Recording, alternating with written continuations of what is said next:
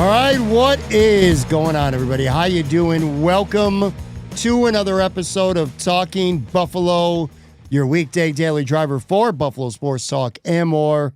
My name is Patrick Moran. Thank you so much for watching, for listening. However you are taking in this podcast, I do appreciate you. Also appreciate our sponsors, Sunny Reds, 1841 Aber Road, just down the way from Highmark Stadium, Imperial Pizza, 2 locations, including the one in the heart of South Buffalo, 1035 Abbott Road. Appreciate you guys very much. All right, we are, for the podcast, it's a typical Tuesday show. On the video side, we are live here very, very late on a Monday night. Just wrapped up the Buffalo Sabres game. I'm joined by my good buddy broadcaster, Steve Bermel. Steve, you know what I like in this evening, too, right now? My first thought, and this Sabres game just ended, by the way, literally 5 minutes ago. It's like, for me, personally, like going to the casino, okay? And let me explain that to you. I didn't want to do on a Monday. I typically don't do, I should say, a live show on a Monday night. Usually I'll get something done at some point during the day or maybe earlier evening, kind of relax, enjoy the Monday night a little bit. There was football on, wrestling, all the stuff that I like. Baseball, Game 7, and the Buffalo Sabres.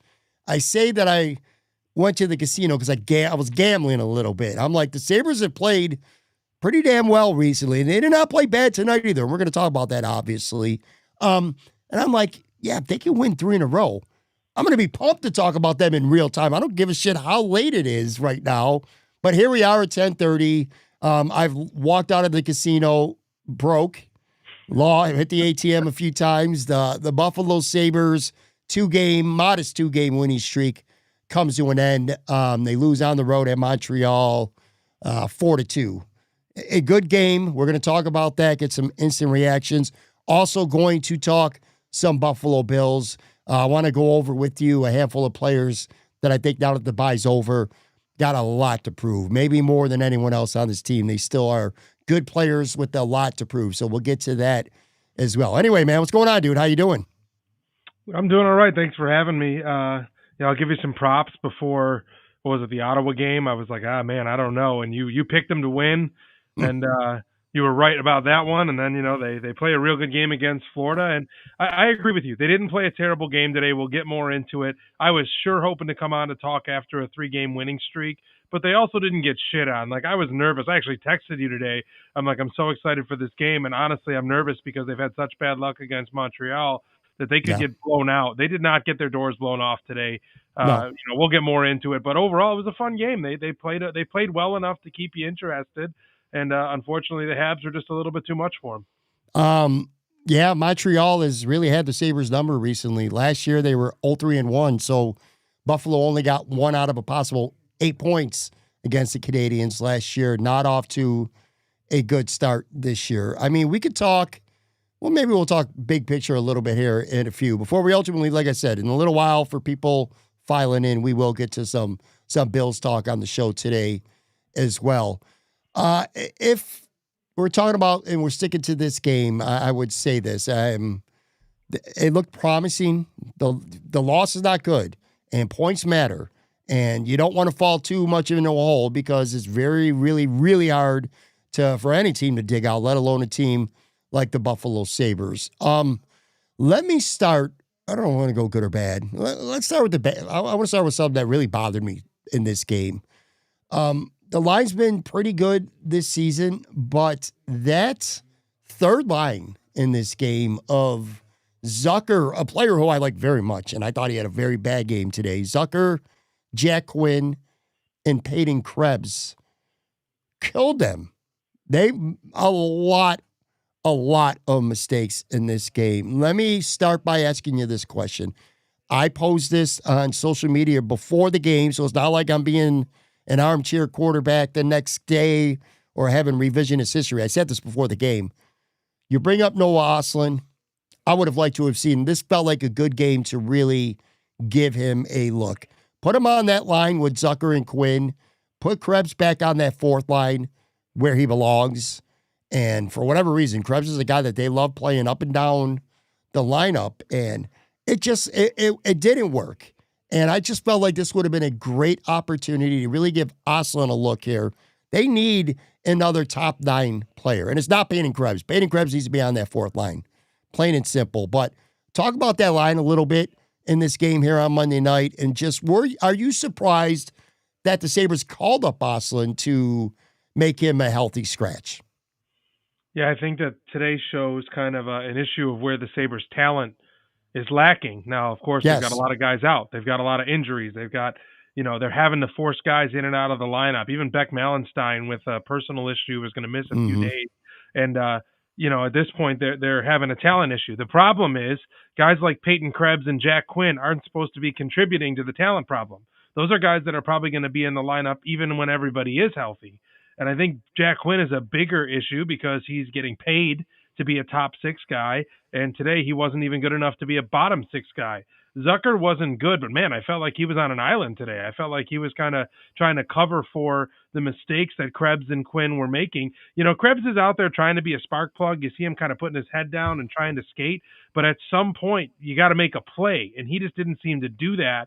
And a lot of opportunities in front of him, he seemed to, have a turn over the puck or misplay something or fall down. And Quinn, I don't know that Quinn made one good play along the boards today. Jack Quinn was an absolute hamper on the Buffalo Sabres today, the way that he played. And then he gets a point. So all the social media is like, oh, Jack Quinn's got his 100th point. 100th point, too. I'm like, oh, my gosh. I'm like, the guy was terrible today. I didn't even realize he got a point. He's got to be a -6.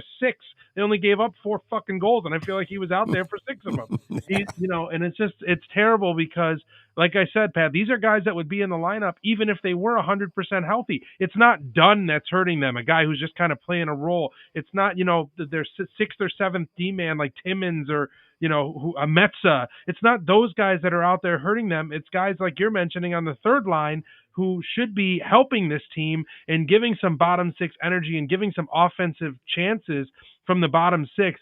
And they were awful today. And, the lack of talent was pretty glaring against Montreal doesn't have a superstar on their team, in my opinion, but they are a talented roster top to bottom. Yeah, they're good. And ultimately, that's what showed today. I'm looking at the real-time box score or stats here. Yeah, Josh Dunn played 6.5 minutes. Gerstein played 5.5 minutes. I just look at, why bother calling up Oslin if he wasn't going to play?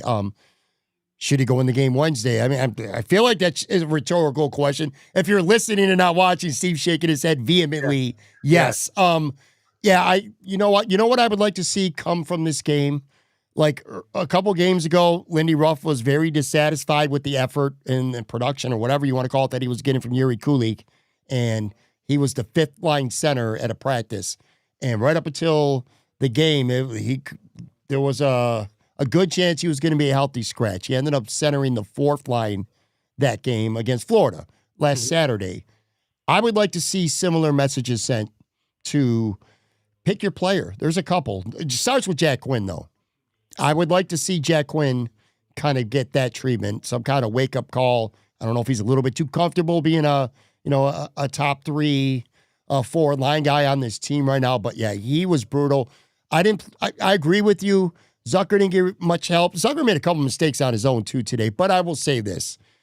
Zucker's still I have not lost any faith or confidence at all in Jason Zucker. He's still a very good player. But, yeah, I'm disappointed. There's some games where Josh Norris being hurt doesn't matter.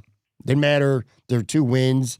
It didn't matter their 2 losses after opening day. He was not going to help them win those games, and they won without him 2 games. But this felt to me, Steve, like a game where, man, you could really use another guy who's got a nose for the puck, a guy who could find the net. And Ryan McLeod is kind of a guy, man, I like him in a lot of ways. Like, he was really good last year. He earned that contract, and he's not bad this year. He had a 2-goal game already, but he's out there in the last 4 minutes playing whirly-twirly with the puck. Big minutes, too. Yeah, him and Power just taking turns skating around the blue line. One of my few tweets during this game, I was like, shoot the freaking puck, man. There's 4 minutes left, and they're just circling around with the puck, and he was part of that. I don't know, man. I'm not suggesting that McLeod shouldn't be in the lineup. He absolutely should. But ideally, man, it would be really good for him to be your 3rd center. Of course, that's the Josh Norris factor. My point is, Steve, this was a game where Josh Norris, you could really, you miss a guy like him. Not that you get to know him well because he's never in the lineup anyway, but they could really use a Josh Norris type or a Josh Norris skill set on this team right now. And tonight was a night where I feel like you really felt the lack of having a guy like him. Yeah, it goes back to the talent again. They didn't have enough talent out there today to stay with. They did stay with, but to beat Montreal, and that certainly would improve it. But especially offensively, how many times did they have a shot blocked going right down to the empty netter that Dahlin lets the shot go from the point? Yeah. There were so many shots blocked in the offensive zone. You know, guys get to a prime real estate and they did one of two things. They either had it blocked or they passed it off. And I don't understand. This team is not good enough to make the pretty plays. Look at the goal that Tyson Kozak scores. He's driving the back post with his stick on the ice, and it goes in. I don't understand where these guys get off thinking that they can make one more pass. The only power play the Sabres had, they had 3 shots on goal. The look to Tage down by the low, the bottom of the faceoff circle for the one-timer that basically hit the side of the net. Stop it. Stop. Like, you don't have the pretty play right now. And I don't even hate Tage on the off wing, ripping the bombs when he has the good look, but they're forcing it to him. You get to the high slot, get traffic out in front. How did Josh Stone score his 2 power play goals over the weekend? Right in front of the net. Deflection, tip-ins, rebounds. I feel like they're not looking for those chances, or if they are, at the very least, a shot has to get through. So when you talk about Josh Norris playing, I feel like there was a couple of times, including McLeod, not even to pick on him, where I wish it was Josh Norris out there wheeling with the puck, looking to make something happen, because I think he's better at it than Ryan McLeod. And that's not a shot at Ryan McLeod, but this team right now doesn't have a top-line center, Pat. They are not dressing anybody. Of the 12 forwards that they're skating, that's a top-line center. They don't have one. You could argue that maybe it's Tage. We know he's way better at the wing. Forcing him to center is something that they only should have to do in case of an emergency, but they might be at that point. I don't know. But they are lacking, top tier center talent right now. And you're right, having Josh Norris, I think, would have quelled some of the offensive woes they had between block shots and missed opportunities. And, and Dobish played well. Their goalie played well. He made some saves at some key times, some deflections out front. Another instance of the Sabres kind of playing a goalie that they either make look good or did, he played pretty well. He deserves some credit because he had a nice game for Montreal. Yeah, I agree with that. I go back to Oslin, and you can throw in Hellenius too. I don't think those guys are going to come here and be 25 goal scorers. Not now, anyway. You know what I mean? But I like the fact that they have an offensive skill set. I think they could bring more to the room. And this was just a game where it just felt to me like they needed somebody else. And to your point, by the way, so the 2 biggest issues I had with this game, number one, like we talked about the line. I just thought that Krebs-Quinn-Zucker line was just terrible this game. I didn't think Owen Power was very good this game either, but that's okay. The other thing I had an issue with, you alluded to this, it just felt like the Rasmus Dahlin, Tage Thompson, one-timer bomb fest. You know what I mean? Like, it was just, they were just trying to set that up the entire game, not just getting enough pucks in the net. It was trying to be the perfect pass for the ESPN highlight one-timer.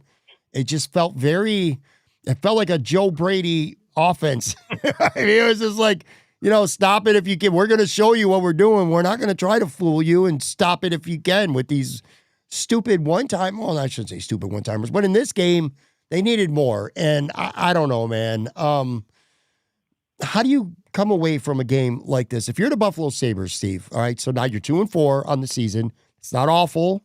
It's not 0-6, but it's also not 4-2. How do you come away from a game like this on the road where you play against a good team? I feel like you play reasonably well after a bad start. And I'm looking at some real-time Lindy Ruff quotes, and he's pretty much saying that they got off to a bad start and win battles early on, yada, yada. I mean, it was 1-1 going into the third period. So they came on, they played well. Couple gaffes in the third period definitely cost them. I thought Lyon played well again. Maybe you want him to stop that third one, although I have a real hard time putting anything on him. Bad turnover. Terrible turnover that led to it, though. Yeah. Yeah, and the first goal, too, it was Krebs and Quinn near the blue line, get the puck out. Powers kind of caught in no man's land. And again, Jack Quinn is just standing around. So turnovers and familiar story with the Sabres, turnovers and standing around. But I guess my question for you is, when you come into a game like this and you leave with no points, but you feel like you played well against a good opponent, do you leave Do you feel more confident right now about the Sabres, or are you like, man, it's, I know it's early, but you're losing opportunities to get points, and I don't know how, put it this way, I don't know how I feel right now. The game just ended 10 minutes ago. I don't know how I feel right now. How do you feel right now about this team, big picture-wise? Yeah, if you look at it in a vacuum, you go on the road to play a feisty team, and they played a pretty good road game, Pat. Like they only gave up the one goal early. They adjusted and they slowed down the Habs because for a while there the Canadians were buzzing. Like they were cycling the puck in the Sabres zone like they had a power play even when they didn't. And I was like, this is going to get out of control in a hurry. But Lion, that's maybe the biggest thing you can hang your hat on is that Lion continues to keep these guys in these games, and that's awesome. But I do think they can build on it because they did a lot well. I mean, they really slowed the Habs down. Once again, they were getting outshot pretty heavily. The game ended pretty even in shots. They played a damn good road game against a good team that if their record was 4-2, you'd be like, well, yeah, they played a good team. They're banged up with injuries, and they played a good road game. And I feel like in a lot of ways that energy in that arena has got to be insane to go in there and play. I will tell you, though, the breath is more bated because the schedule doesn't get any easier here. Like now, you're playing divisional games against Detroit, who's on a 5-game heater. They lost their first game and they've won 5 in a row. Maybe there's some advantage because they don't play between now and Wednesday. Like they didn't play tonight and they don't play until they play Buffalo Wednesday. Maybe the Sabres will have a little more pep in their step and a little more juice. And then let's say that they do well and they beat Detroit. You got Toronto back to back. And shit, if UPL's not ready, which they're saying he could be, if UPL's not ready, what do you do in goal that weekend? Do you have the Lion get both of them? Do you give this, what is his name, Ellis kid? Ellis has got to get one. If it's not UPL, you got, I would say Lion gets one of them, probably Friday at home, and then maybe you come back Saturday. Do they call up Levi for it? Like, do you really want to have this Ellis kid play against Toronto? I don't know. I don't know what the right answer is, but I feel kind of baited. I don't know. The 2-game, I won't even call it a win streak, right? Major League, they haven't, 3 in a row is a win streak. We didn't get that far, but having won 2, it felt pretty good. I don't hate the way they lost, Pat. We've been saying for how long? Just show up. There's been so many games where the Sabres fold the tents 10 minutes into the game. They're down 2-0, and they've mailed it in, and then like they don't ever have a chance. It wasn't that kind of game, and I'm not trying to polish the turd here. They still lost, but they lost. I don't want to say the right way, but man, they lost. They went down swinging. Tage is tackling Slavkovsky behind the net when he face washes Dahlin and knocks his helmet off. Second straight game, Tage has come to Rasmus Dahlin's aid when he was kind of a victim of a cheap shot or whatever you want to call it. They're going to the front of the net when Dovish is making the save and with the puck, and they're poking at it, and they're getting face washed, and they're shoving the guys back. And I'm like, you know what? Yeah. So, record aside, if this was a road game that in the middle of March when they were 500 or something like that, you're like, they played a good game. They went after it. Montreal's a quick team, and they're pretty banged up with injuries. The problem is, Pat, the last 14 years do exist. The first 3 games of this year do exist. So you can't look at it in a vacuum. They've lost that privilege, Pat. They don't have the privilege of anything existing in a vacuum unless it's positive, because that is so rare. The positivity can exist in a vacuum because that has not been the trend for 15 years now. So they've lost the ability to watch a game like this tonight and be like, it's okay. It's not okay. You need points. You're already looking up at the rest of the division, and you got, 4 straight division games here, or 5 with Florida. So that's kind of my point, though. It's like, all right, so they're 2-4 right now, right? 2-4. Yeah, they're 2-4. They got Detroit in a home and home with Toronto, 2 of the better teams in the league. Let's say they go 1-2 there. Now they're 3-6, and then they go 1-1 or something like that. Now they're 4-7-1. Point being, before you know it, you're 6-11-3 or something like that. And if in this conference and the way the Sabres have played, that's almost buried. Yep. So it's like, on one hand, I'm like, well, I am happy with the effort tonight. I thought they started out slow. I don't even know that they started out slow and flat. I just think Montreal came out and played really well at home. They were juiced up.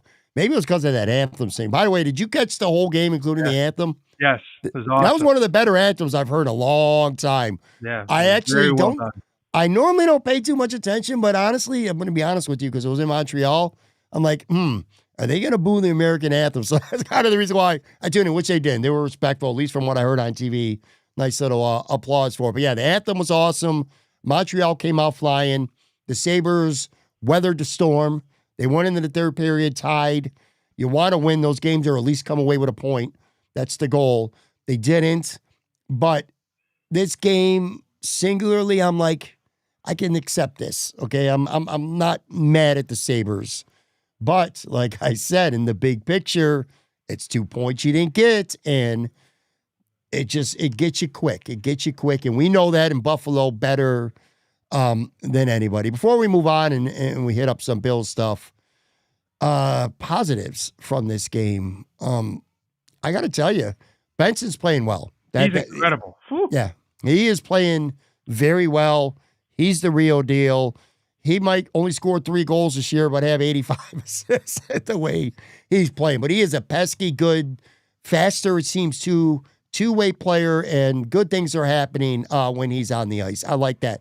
I'm going to throw one other name at you that I can't believe I'm saying, but I had to say it. This would be like the equivalent of me praising DeMar Hamlin, saying he's been excellent for the Buffalo Bills.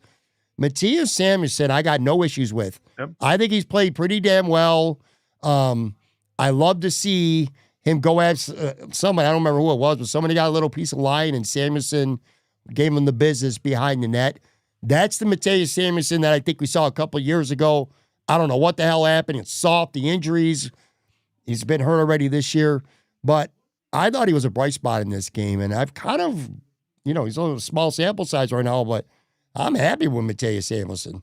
Remember the run they went on that, like, when he was in the lineup, they were like 8-2, and then when he got hurt, they were like 2-8. And it was just because he played responsibly. Like, the thing that still plagues the Sabres, Pat, like on every goal that Montreal scored, the turnover on the first one, the lack of clearance on the first one, it's kind of a turnover, but they don't clear the puck when it's a foot from the blue line, and it ends up in their back of the net.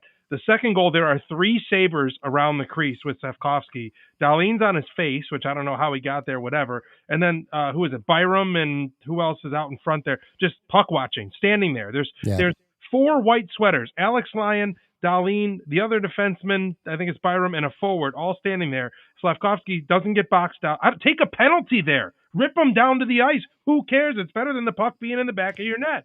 Like, they don't mind their own crease. It's wild to me. And then the third goal was a disgusting turnover. You have it at the goal line. You can go up and out off the glass. Instead, you serve up a pizza right to the slot, and it ends up in the back of your net. Who was that? Who was it? Was it Power? Was it Zucker? I don't remember. I don't remember who it was, because the turnover happened a couple seconds before the goal, because Lyon made a 10-bell save right before that. Off of that turnover, Lyon made an incredible save, and then they ended up with the rebound and were able to tuck it in on like a second effort. But was it Lane Hudson scored that goal? And it's like, man, it's still, all this time later, it's still the defensive play. I'm not even going to say the defensemen, the play in their own end from forwards and defensemen alike. It's always like they're in a panic, like they can't figure out the simple play up and off the glass, out of the zone, or a breakout pass, or just don't turn it over in your own end. And this is where, man, look at the defensemen they're having to put out there right now. Like, Timmins has been good. I'm not mad about that. Yeah, he's been all right. Sam, but like Kesselring, man, if Kesselring is playing, this entire unit gets to be so much better. And, I would love to see what this defensive core looks like with Kesselring out there, and I can't wait for it to happen. But time is running out. Like you're saying, like, man, I don't even know if he's skating yet. I think he's close to skating, but, these same things still plague them through all the years. And at least Lyon's getting the respect that he deserves, but I feel like a game like this is the kind of game that got Ullmark and Leonard like run out of town. Oh, they need a better goaltender. I mean, why? Because he gave up 3 goals on 30 shots and they lost 4-2. Like, and you look at the way the goals are scored, and it's defensive irresponsibility in their own end. And what's crazy to me is you would think Lindy Ruff, of all people, would be like, lock it down in the defensive zone. Don't make dumb plays in the defensive zone. Make the simple play. Flip it out, up and off the glass, make a good breakout pass. And they still haven't been able to figure that out all these years later. I would say my final takeaway from this game, I think, Steve, is the old adage: you can't make the playoffs in October and November, but you can miss the playoffs in October and November. And it's nice to play reasonably well on the road against a good opponent, but you got to find a way to steal points. Alex Lyon has played good enough this season, and they've lost 4 times. They could have gotten a point or two based on just how good Lyon was. The rest of the team just wasn't good enough around him. Let me get to a couple real quick comments in the live chat or on the video side before we get to a break. Ralph Wilson Sr. said Dahlin struggled with the puck tonight. I agree with that, and that's fair. But in fairness to Dahlin, you know what? When you're skating 27 minutes a night, he played 26:52 tonight, and he's got the puck as much as he does, mistakes are going to happen. I'm not absolving him. I agree. He did struggle with the puck tonight, but it's kind of like Josh Allen. I always go back to football. It's just what I do. But it's like you're going to live or die with what Josh Allen does. He makes a bad throw, a bad turnover. You just got to live with it because he's going to do a lot more good than a lot more bad. But I think that's a fair point. He definitely struggled with the puck a little bit tonight. Steve said we need 2 more Doans and 2 more Bensons. Those 2 kids stir the drink. I agree. Mm-hmm. Every team in the league needs 2 more Doans and 2 more Bensons. Kind of goes back to my point real quick. Oslin, Hellenius, you could get Quinn out of the lineup. You can live without Kozak. At least one of those guys. I would like to see one of those guys in the lineup. Malenstein is fine on the 4th line. Greenway will be back in a matter of days. Krebs, Greenway, Malenstein, I'm good with that 4th line. Yep. Now you got your Zucker, you got your Quinn. You're looking for a 3rd center. Oslin, give him a look. And if Quinn is not going to do it, then give Elenius a look too. I don't know. I'd like to see. I just want to see more guys who have skill. And there's something about Jack. I cannot stand Jack Quinn. I just can't do it. Hey, I cannot. Where did Josh Stone get his sticks from? Goodwill? Because that dude had more twigs break today. He was playing so well, especially early, and every time he'd go to make a play, his stick would break, and I feel like he was plagued by broken sticks. Ralph said a lot of guys were fanning out passes. Yeah. Good point too. Kesselring did start skating. Okay, that's right, he did. That's there was one more. All right, this is what I wanted to ask you or get into. And we'll talk more at length next time about this. But early on, I'll say this about Kevin Adams, the whipping boy. Steve Noble says many give general manager Kevin Adams a hard time about his offseason. Lyon, Timmins, and Doan have all been very solid. I cannot wait for Kesselring. That was a thought I've had even throughout this game.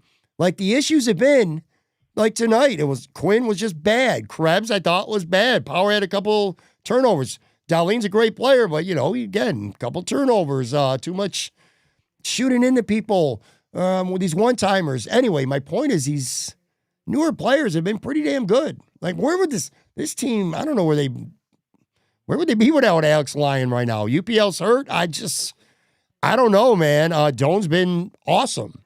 So, Kevin Adams so far, you lose Peterka. Okay, he's good. He's doing good with Utah, but, yeah. So far, 6 games. Kevin Adams' offseason is looking pretty good, and that's without Kesselring, who was the big fish that they reeled in here. Yeah, and let's see what it looks like when fully healthy, because the guys we're talking about are guys that he brought in, and you can't forget Benson. I think was his pick too. So I mean, he that decision to pick him and then have him play in the NHL right away. I was thinking about Benson. I'm like, I thought it was a mistake having him play his first year. Not to go back to junior and to have him play his first year and play some big minutes. But if that's what it took to get him to this point, if he's this comfortable, he's 20 years old or something, and he's already this comfortable at the NHL level, I mean, that might have been a good decision to have him kind of learn at the big club. But I think this definitely already is shaping up to be maybe Kevin Adams' best offseason. And if it is, hopefully it turns into something. It's got to turn into success or it doesn't matter. Like, guys playing well is great, but if they don't sniff the playoffs, then it doesn't matter. Yeah, I agree 100%. All right, let's take a quick break, come back. We're going to talk some Bills on the other side. On the video side, we're literally going to be back in about 3 seconds.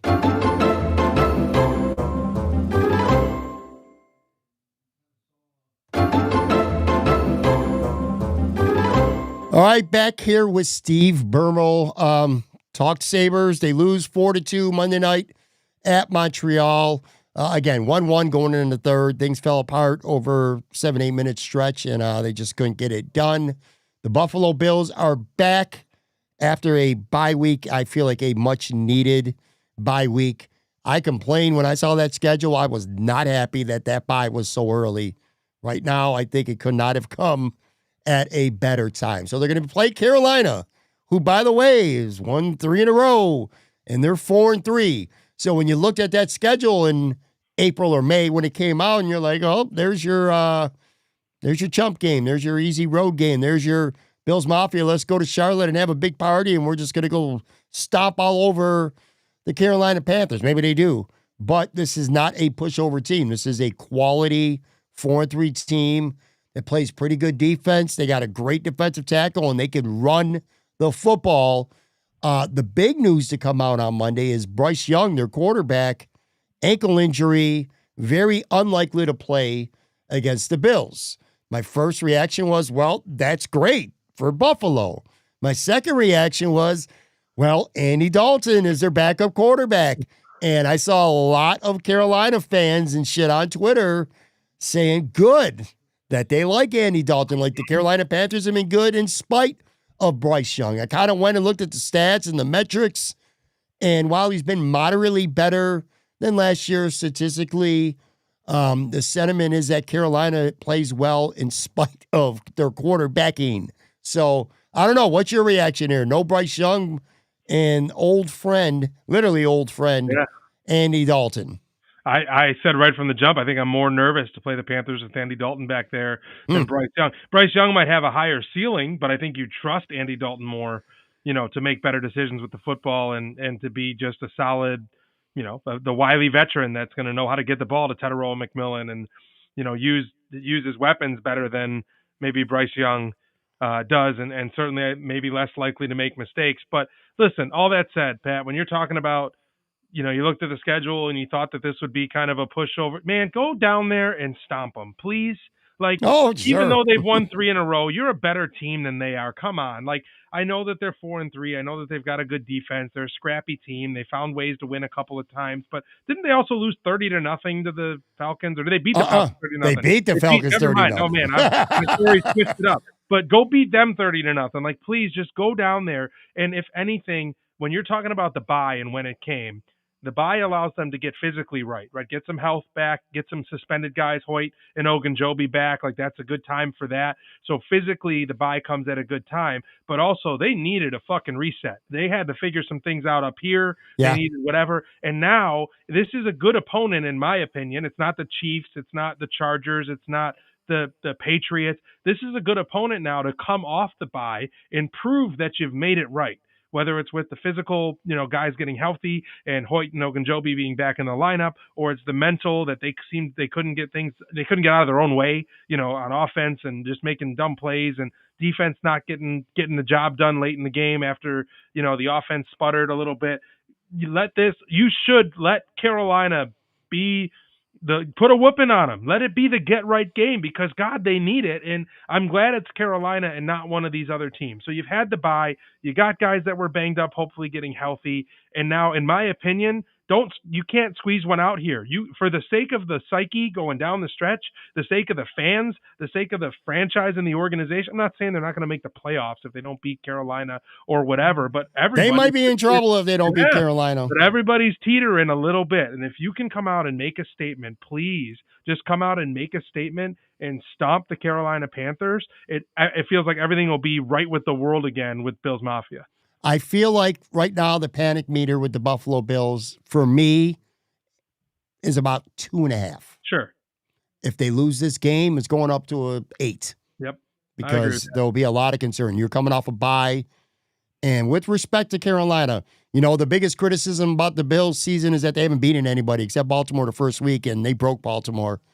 Well, Miami does have a 3-game winning streak, okay? But you go and you look, they beat Miami by a field goal. They beat Dallas without CeeDee Lamb by a field goal, and they beat the New York Jets. Everybody beats the New York Jets. So those are 3 wins, the Jets, Miami, and Dallas. You can look at it from that way. You can also look at it, they did smack the shit out of Atlanta 30-0. So there is that. They can run the football. The Bills are awful at stopping the run. But what I will say, I feel like with the Jets game, it was about the Jets running the football. You know what I mean? They were good. They were a good physical team. Breece Hall, Braylon Allen, Justin Fields, stopping the run. The Bills did. Carolina's going to be a much tougher test, don't get me wrong, because, again, they got more talent beyond running backs. Look, you got to win the game. It's as simple as that. And it starts with a core player, Steve, and this is what I want to do. I had 4, but I'm going to cheat because I actually thought of a 5th one, and I'll explain. But to me right now, I'm not saying only this game. I'm saying it starts with this game and going forward. if the Buffalo Bills are going to make a run, a legitimate run at a Super Bowl, because that's ultimately what this is all about, I think there's 4 guys that really have to start playing better. There's 4 guys that have as much or more to prove than any player on this football team. They just have not been good or good enough to what their standard should be through 6 weeks this season. No specific order of importance, but they're all important. I'm going to start with Terrell Bernard. I think he has been awful this season. And it's not that I don't like Terrell Bernard.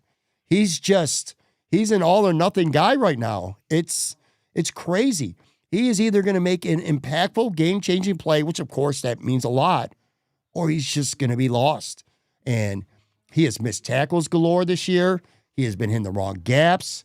He's getting swallowed up one-on-one in blocks all the time. He looks lost in pass coverage. That Atlanta game last week, every time London got behind somebody and you look and it was Terrell Bernard. You know what I mean? It's not that he should be responsible for covering Drake London, or London. I don't know. He's just not playing well, and they need him to play well. He is their captain. They're committed to him financially. They gave him an extension, a handsome extension this offseason.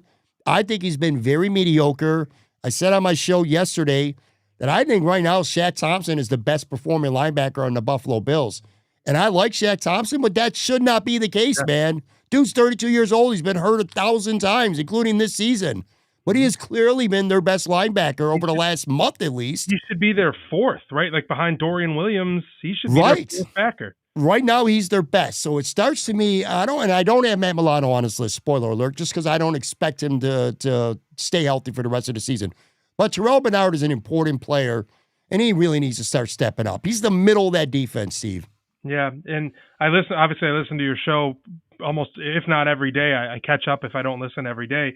And when you were talking about him being the captain and kind of how it would be egg on the face, that might be what's keeping him from being benched. I don't know, like, because you've kind of invested in him, and maybe part of it is you got to let him play through it, right? He's got to get out of his own head and play through it. And we talk about the safeties, about their play, and that might be, who you want to talk about eventually, but just in the run game and how many times the safeties are making a bad play in the run or missing a tackle. But where's the backers? Why are we talking about third level against the run when the second level is not showing up against the run? Obviously, you'd like the linemen to make the stop at the point of attack, but when they don't, where is the second level making stops in the run game? Like, you think about all the runs that are getting busted off, and you're mad at Bishop and Rapp for missing tackles. Where are the linebackers? Why aren't they getting these guys down to the ground? Like, it's just, they're not making stops. And, Bernard always has been a boom or bust player, kind of, but there used to be a lot of boom. Like, we knew he was undersized. Maybe he wasn't going to be the best in the run game. He might get blocked or swallowed up. But, man, that dude felt like he got a turnover every game or made an impactful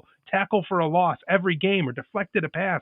Man, the only thing I remember is the pick against Tua. That's all I got. I'm not shitting on him. It's a reality. When you look at the season from the bird's eye view, the only thing I could think of with Bernard is that interception against Tua. Yeah. Well, that's all he's done this year. Pretty much. He's had a pass rush or two. You know what's funny? A year and a half ago, I remember saying, sayonara, Tremaine Edmonds. Yeah. Sayonara, you're a pretty good player. Terrell Bernard's just as good and a hell of a lot cheaper. Well, I would take Tremaine Edmonds back in a heartbeat. He's still cheaper, but yeah, Tremaine Edmonds is looking awesome. He's got great player. three interceptions or something like that with Chicago, a sack. He's played very well with Chicago.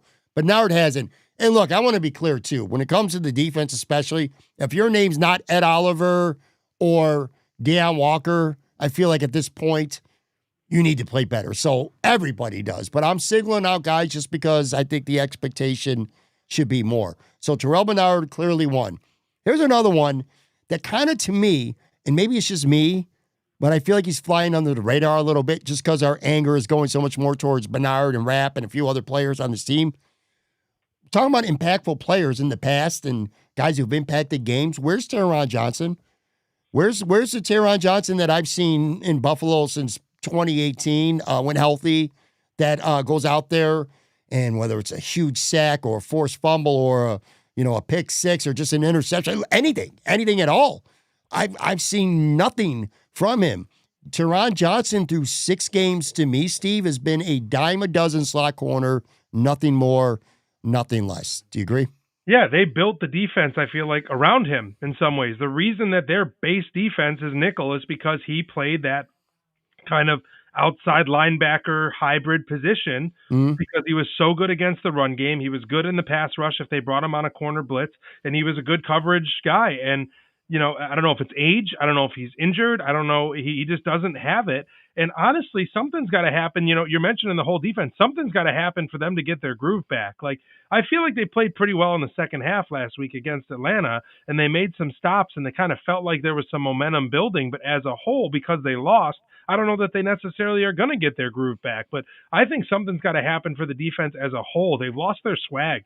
They've lost their, they lived and died with the turnover, but damn, they would get turnovers. They would cause turnovers. They weren't lucky. They were going out and causing turnovers. And I feel like they're a little bit broken that they don't have the confidence to be doing that. And I think that might be part of what's affecting the defense as a whole. But it's what comes first, the chicken or the egg, because Terrell Bernard and Taron Johnson were the guys making these big impact plays that were picking the ball off and recovering fumbles or making a big sack, and they're not doing it. So I don't know what came first, the chicken or the egg. I don't know what came first, the team defense or individuals making big plays.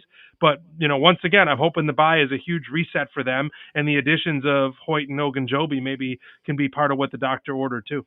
I want to point out something, and there's a couple of good comments in the live that I'm going to say for the end because they're not really about what we're talking about right now. So I want to stay on track with what we're doing. But you go back to the Sabres, and you look at a guy like Quinn, or you look at a guy like Krebs, and feasibly, and I'm not saying Lindy Ruff's going to do it. In fact, I wouldn't bet that he would. But feasibly, you could easily take Quinn and Krebs out, and you could put Oslin and Hellenius in there and see what you got. You could do that.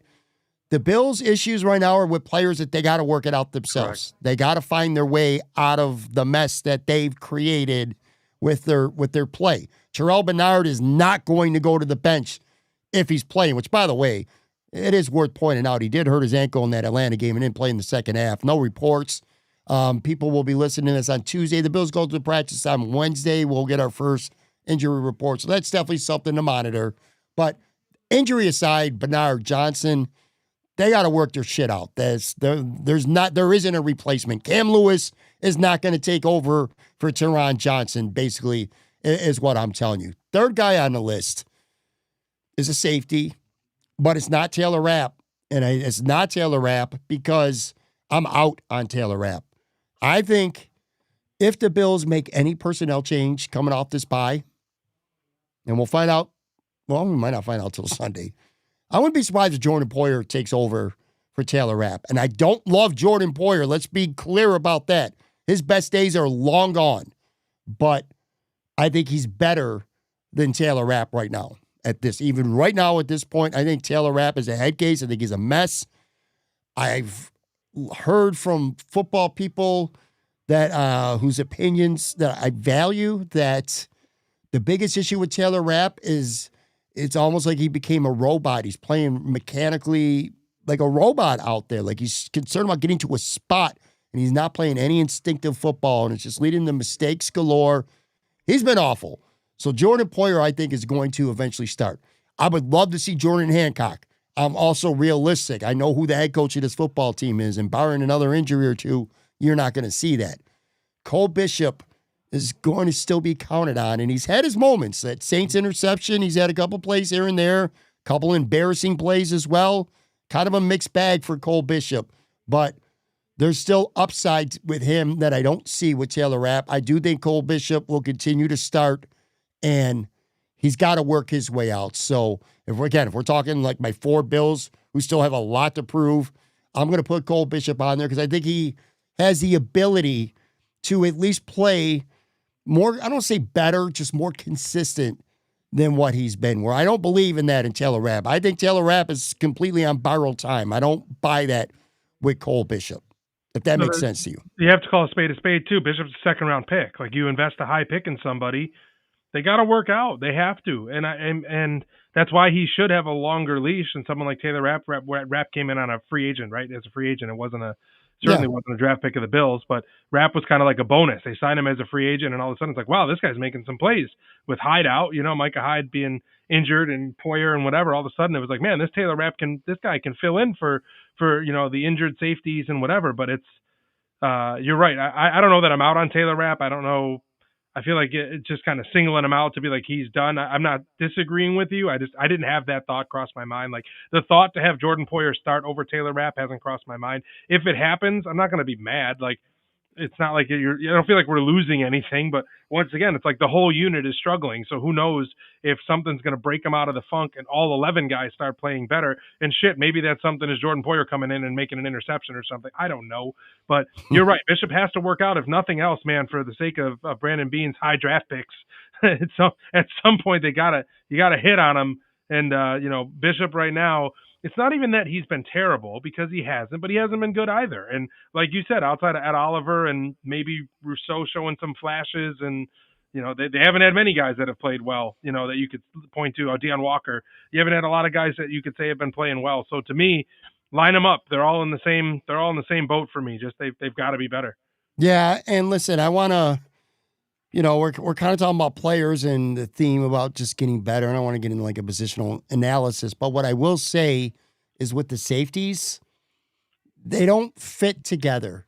Rapp and Bishop, I think, are both better more in the box. Mm-hmm. So's Jordan Poyer. Yeah. It's like they got three of levels the same type of players. They need Micah Hyde, and I don't mean literally him. They need a Micah Hyde. Yeah, they need a Micah Hyde. And you know what? His number is 37, and he's a fifth-round rookie on the bench or inactive, and his name is Jordan Hancock, potentially. If it was up to me, he'd be started. I would actually switch both safeties out. If it were up to me, my starting safeties coming off this bye would be Jordan Hancock and Jordan Poyer. That would be literally my starting safeties. But anyway, the Poyer-Bishop combination, and why do I keep saying Poyer? The Rapp-Bishop combination is just not working. It's just not. And I like Taylor Rapp, man. He's been decent. Like coming into this year, I thought he's pretty good. I had no issues with the Bills re-signing him. I was like, all right, cool. I get it. He's a role. But he's just not, he's playing terribly. And I'm telling you, man, and it looks, when you watch the film, it looks even worse. Of the two, Bishop has been better. He's more athletic. And to your point, and this isn't lost on Brandon Beane, he's a second-round pick. Do you think Brandon Beane wants the burden of hearing about another second-round bust? No, he probably doesn't, which is a perfect segue into the fourth guy, because he's another second-round guy who I need to see a lot more from, and his name is Keon Coleman. And I know he had 8 catches for $112 against Baltimore. We have seen his flashes of brilliance. Again, we saw it week 1.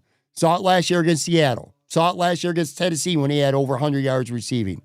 Here's the problem, though. The last 5 games, he's had 120 yards. He's averaging 22 yards receiving per game since week 1. That's an issue. He does not get open. That's not fan Twitter talk. That's like real, live, legit talk. He's not getting open. He does not get open. I think he's playing out of position. I do not think he's a boundary X receiver. I think he's a big slot. But Dalton Kincaid is a big slot. Yeah. Khalil Shakir is a traditional slot. Yeah. It was a draft pick decision by Brandon Beane. I got a feeling, and also he's been disciplined back-to-back seasons now for something that happened. Who knows? Not our business, whatever. He didn't start a game already this year. He lost, and then in the first series, he had a big fumble and a loss against New England. That was a big play in the game, him losing that football. So he's not been good since week 1. And last point, as I'm rambling and being long-winded here, but I can't help myself because this pisses me off. That Atlanta game on Monday, you have no Dalton Kincaid. Josh Palmer's out of the game by the end of the first quarter. No Curtis Samuel. If there was ever a week where you're like, man, I need a Keon Coleman game. I need a Keon Coleman domination type of game. You can always get in the ball. Just like we all knew Drake London was getting the ball, but it didn't matter. Keon Coleman just ain't that dude. And I don't think he's ever going to be, but I do think he can be better, and he needs to be, because I don't know that they trade for a Chris Olave or something like that. They need a better version of Keon Coleman than what we've seen these last 3 weeks. I think they might trade for a receiver just because they traded for Amari Cooper last year, and I feel like they need to do that again. But either way, Keon Coleman, here's my take. I think he might be pretty good if he got volume. Even though he's not open, throw him the ball. Like he run him on a slant and let him fight for it. I don't mean fade patterns. I mean put the ball in the air and let him fight for it. Here's the problem. This is why he's not getting fed the ball. Whatever shit's going on off the field that we don't know about, whatever's going on with that. And secondly, you already highlighted it. I was hoping you're going to leave that one for me. He fucking fumbled. You can't do that. You cannot put the ball on the ground. And that is obviously going to make Allen and McDermott trust you less. It's going to make you trust yourself less. I would love them to commit to throw the ball to Keon Coleman 10 times a game, whether he's open or not. This is what you drafted him for, in my opinion. You knew the separation wasn't there. He was supposed to be the big body that you're just going to put it up and let him go get it. Let him fight for it. Let him run a slant. And like, what game was it when he ran a slant on like 4th down and had to make a bobbling catch with the defender right in his pocket, and like he grabbed it in front of his face mask and pulled it in? He was covered. He was blanketed, but they Miami. threw it to him anyway. Yeah, that's what I was going to say. I think it was the Miami game. That's what I want to see them do. Force him the ball. And I don't mean because, I'm not trying to go in the everybody eats or fly in the face of that, or like he's your number one receiver, you have to give him the ball. I think his game would benefit from volume even if he's not open. And you can say that's stupid. Why are you going to throw the ball to someone that's not open? We knew when you drafted him he wasn't going to be a separation guy. The whole point of it was that he was supposed to be a big guy that can go up and get the ball and rip it down. But I also don't blame them for not throwing the ball 10 times a game because of the other stuff going on. So I don't know. I think he could benefit from more volume. Whoever it is, Shakir could benefit from more volume too. Maybe if they just pick somebody, but I think that part of the problem with Keon Coleman is he's not getting thrown the ball enough to make a difference, and that could be his fault. That could be his fault his fault too, between fumbling and the discipline stuff and just not getting open enough. I feel like, man. 100%. Listen, my best remaining hope for Keon Coleman being successful in Buffalo is that it's more Joe Brady, which is a possibility. Scheme him open, find him ways to get the football. I mean, he can run after the catch. He can do some things. But it almost feels right now like it's a waste. If it's not a broken down play where Josh is on the run and throwing downfield and they improvise, because he's good at that. He was last year anyway, too. And he was against Baltimore. Almost feels like a wasted rep right now, throwing the football to him. It's concerning to me. And so that was 4, but you know what? I'm going to sneak. And by the way, I got a couple takes in the chat that I want to get to at the end. But again, not really about this subject, but a good point worth mentioning. I got a bonus guy I'm going to throw in. It shouldn't be a bonus guy. He should have been near the top. That's Christian Benford. Let me just read something to you. I looked this up during the Sabres game tonight.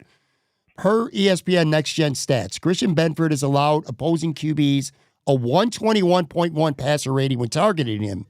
Last year, it was just 82.6. Last year, he was charged with giving up 4 touchdowns. He's given up 4 touchdowns this season in just 6 games.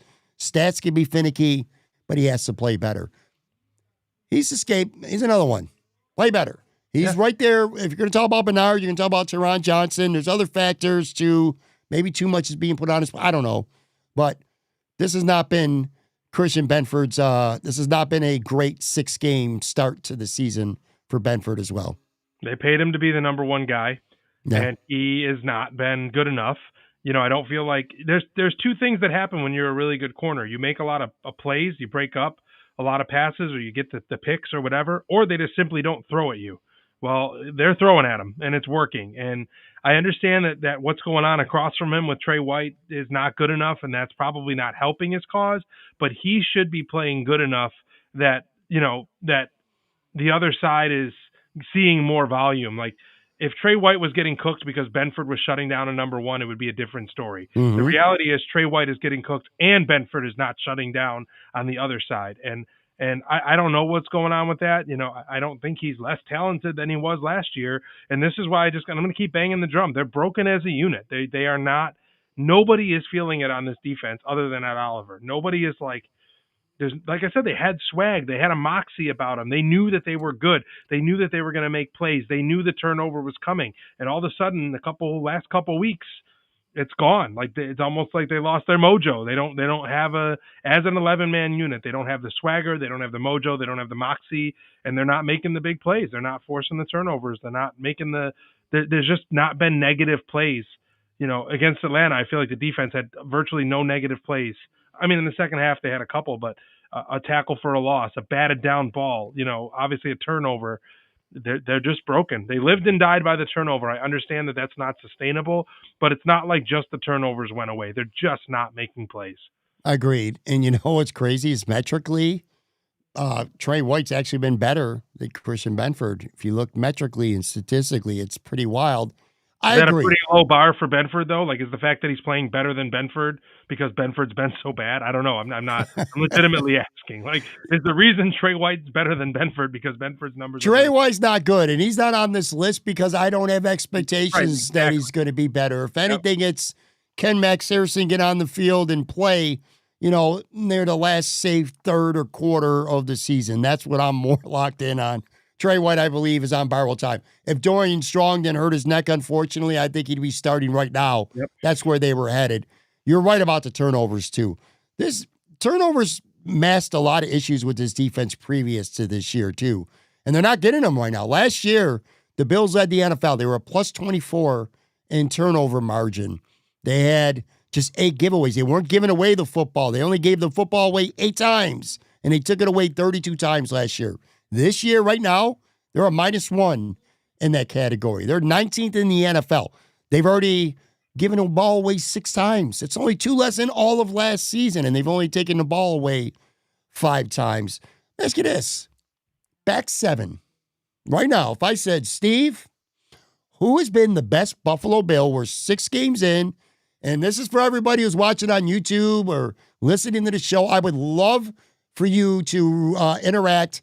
Let me know what your answer is. Who has been the best Buffalo Bill in the back 7 of this defense so far this season?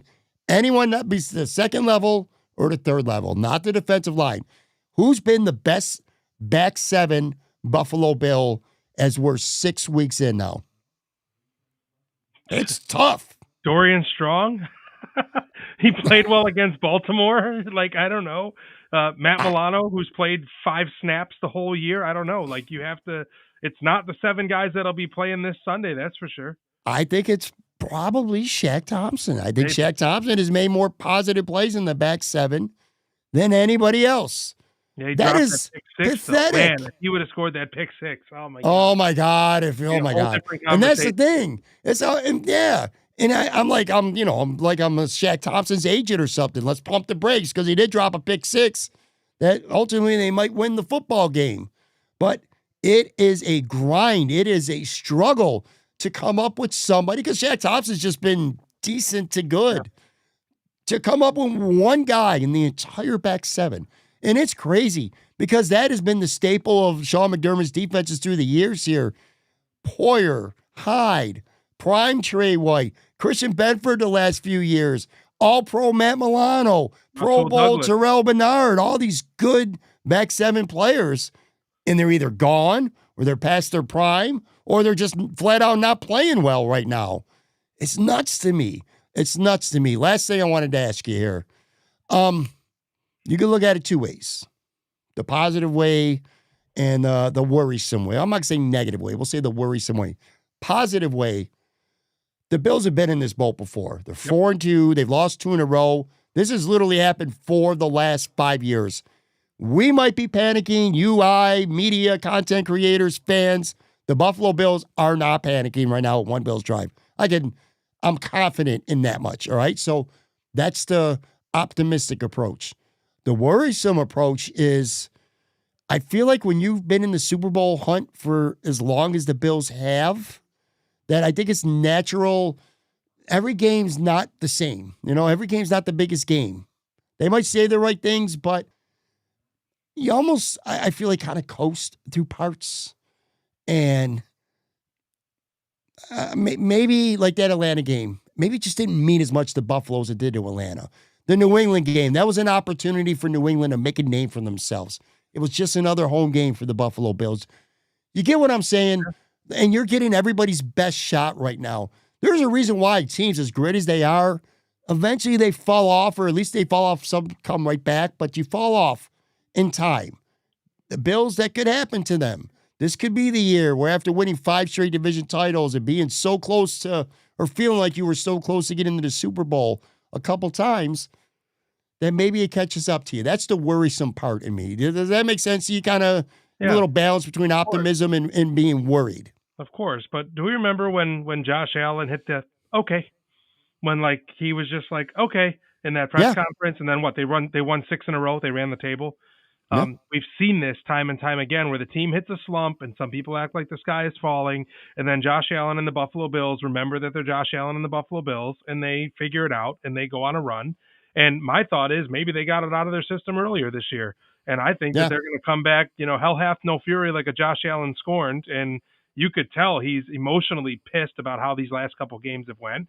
And now you've had the bye week to reset, and they might come back with their hair on fire. And I'm not just being rose-colored glasses or Bills-colored glasses. They've done it. We've seen them do it. And it just sometimes takes a little bit of a wake-up call. One time it was starting out, 0-2 or whatever. And then last year it was, losing a couple in a row.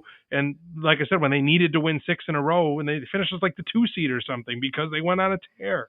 And I truly think that the way this team has responded to adversity and the amount of talent that they have, that they're going to figure it out. And I think that they could be a 4-loss team this year. I think that they could go 13-4 easily. And I think it's certainly possible. And honestly, if I was betting on the game, I think the Bills could win by like 3 scores on Sunday because they're coming back scoring. I will say this. I think the offense is going to be fine. I hope they trade for a receiver. I think they should trade for a receiver. But even if they don't, it becomes an issue of health. If Josh Palmer's out there, if Dalton Kincaid is out there, and if Curtis Samuel somehow, some way, he's become the Josh Norris of the Bills to me, though. If he can stay out there, those guys all get open. They're good separators. This offense is significantly better with those guys out there. They know how to score points. They will be fine. The defense, I am worried about. I'm worried about Terrell Bernard. I am worried about Teron Johnson. Benford will be better. I am worried about CB2. Milano staying healthy. There's lots to be worried about with his defense. I'll say that. And then the last point, I want to turn back to the live chat because our regular, Steve Noble, regular listener to the show, said, so we're talking about players with a lot to prove.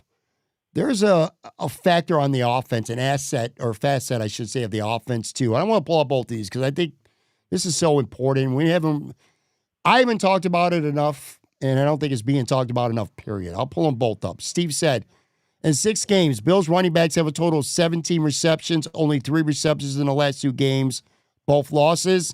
And he also said James Cook has had 15 and 17 touches in the last 2 losses.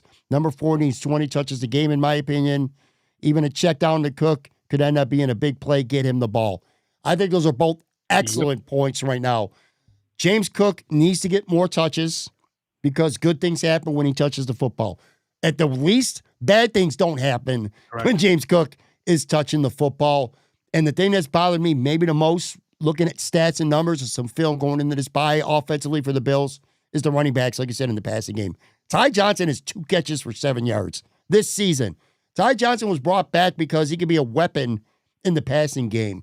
He was last year. I remember he had a big touchdown. He cooked Jalen Ramsey in Miami. Couple big plays from him. James Cook can catch the freaking football. We saw it against Kansas City. Nice touchdown in the middle seam. That's gone from the Bills' offense right now. And it's like defensive coordinators knowing, and they're just going to tee off and keep blitzing Josh until you sneak these running backs out. Get them involved in the passing game. I think that's just an excellent point. I wanted to get your it's take an on indictment. that. It's an indictment on Joe Brady. I mean, why do we know this? Why do us two dumbasses, sorry to put you in the same category as me, why do we know this? And Steve, I'll put you in it too. How do we know this, but Joe Brady doesn't? Like, it's almost like, oh, they're expecting us to give the ball to Cook, so let's not do that. Fuck that. Cook was getting like 6 yards a carry last game, and they stopped feeding it to him. I don't understand. Like, at some point, you're trying to play chess, and the only requirement is to play a game of checkers. Like, I understand, like, he's playing chess while everyone else is playing checkers. Sometimes you just got to play checkers. Just go do what's going to work. Just do what is working. I don't even mean on the season, in the game. I don't know why they get away from things during a game that are effective and that are working. And I think you could say a lot about Bobby Babich too. And I've seen some talks. I think that there's some pretty big struggles that both coordinators are having. And is McDermott going to take play calling from Babich if another game happens, like he did with Leslie Frazier? Remember when he took play calling from him for a while? Yeah. And people want to say it's McDermott's defense and he wears the collar when the defense doesn't show up, which is true to an extent.